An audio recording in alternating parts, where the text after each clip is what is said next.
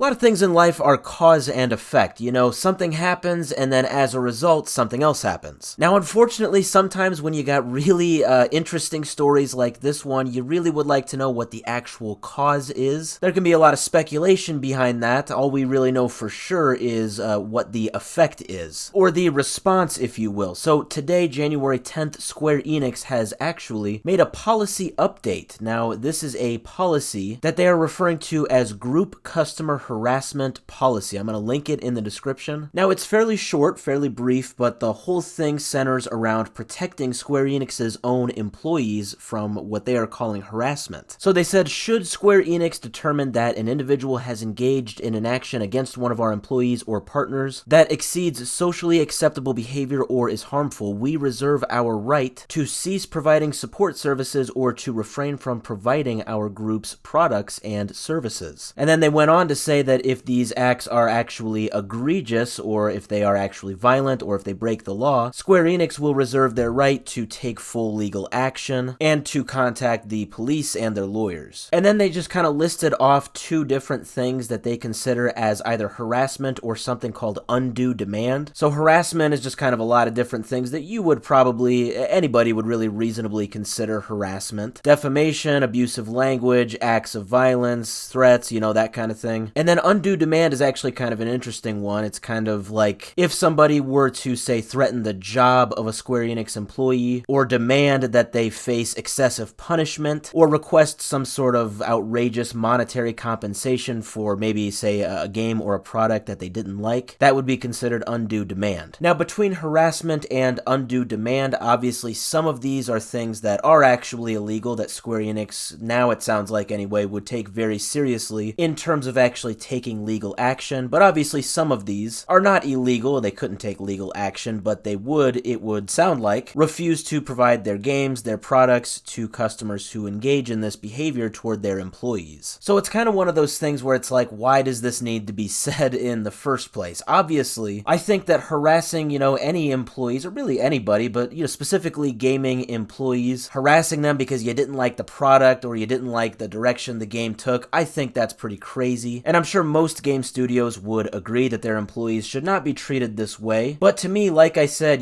back to the cause and effect kind of thing, I don't think a policy like this gets specified, gets actually posted, unless something actually happened to cause it in the first place. So I am very curious what that is. Now, this is absolutely just speculation, but from what I have read on articles and some of the Reddit comments on this, it could be a lot of different things. One theory that I saw suggested that it is due to the apparently toxic community that makes up the Final Fantasy XIV game. Now, that's the one that is the still ongoing MMO. Other people pointed out that this is apparently due to people harassing Square Enix employees, mainly voice actors, when the characters they ship together, like they want romantic connections with in a game, when that doesn't actually go their way, apparently some of these voice actors are actually getting harassed, which is just wild to me. I mean, the voice actors aren't even the people that make the script. And then I saw one person say that the Dragon Quest III remake apparently made some politically correct changes, like instead of picking male or female, they have you pick body type A or B. Yeah, apparently there was some sort of outrage with that in Japan, but obviously I cannot confirm if employees were actually harassed over it. I'm also seeing some people brought this up, and I pulled it up, and I'm seeing some articles from later last year that there was a trans voice actor in Final Fantasy XIV in an expansion, and apparently this person faced a lot of harassment and even death threats. So, in my opinion, it's probably not just one of these things, it's probably all of it put together. I'm assuming the more recent one, whatever that would be, would kind of just be the straw that broke the camel's back. Now it would seem Square Enix is kind of fed up with it, and they're really making it clear now they want to set it in stone that they absolutely forbid any of their employees from being harassed by fans. Now I want to say this is mostly a good thing, and I really do think it is mostly a good thing, but you do have the other side of maybe the argument that would say that this could be kind of vague, maybe they could now use this as a way to silence really any criticism. They could just consider that employee harassment. I know in cases like this, people are quick to bring that up, and I think it's a very valid point. It could be a kind of slippery slope if, you implement stuff like this, because then all of a sudden maybe the term harassment could be a very broad term. It really just depends on how Square Enix utilizes it. And,